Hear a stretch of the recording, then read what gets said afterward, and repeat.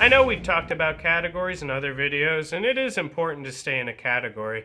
And this is something I kind of do as a hobby now. It sounds weird, but I found this chainsaw at a junkyard. It's a ProMac 1010. It's made by McCulloch, and I know it's worth about $200 to $250, give or take.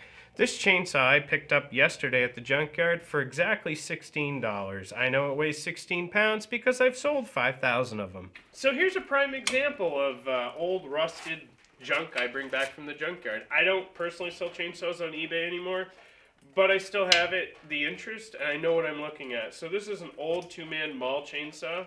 It came out in the late 40s, early 50s.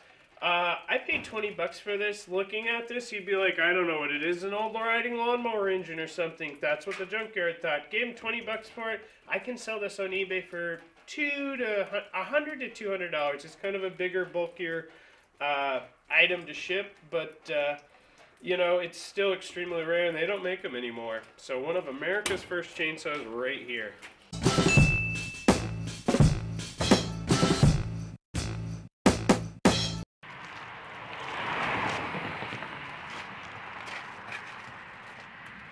We're climbing into year 4 of doing eBay at 7 figures this year.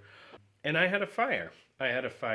Everything I worked for, $250,000 burned in about 30 seconds. I didn't have insurance. So here's a great lesson of my cheapness. Cutting corners has not paid off. So I paid $40 for this wood stove. I should have just spent the $200, got a really nice wood stove. I neglected the care around the wood stove before I went on vacation in Puerto Rico, and trash kind of built up next to the already shady wood stove.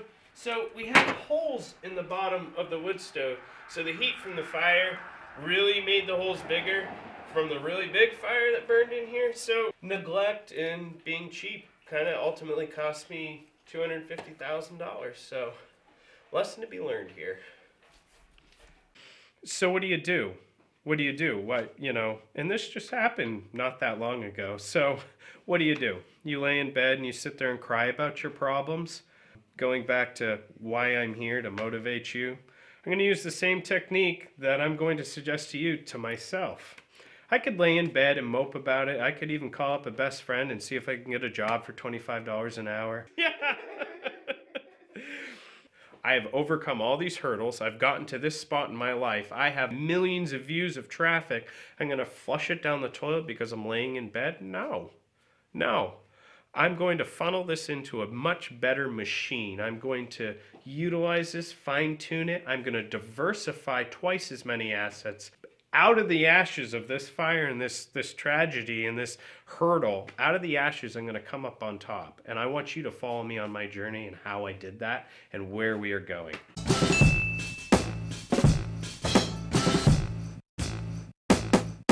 It's hard to pass up easy money.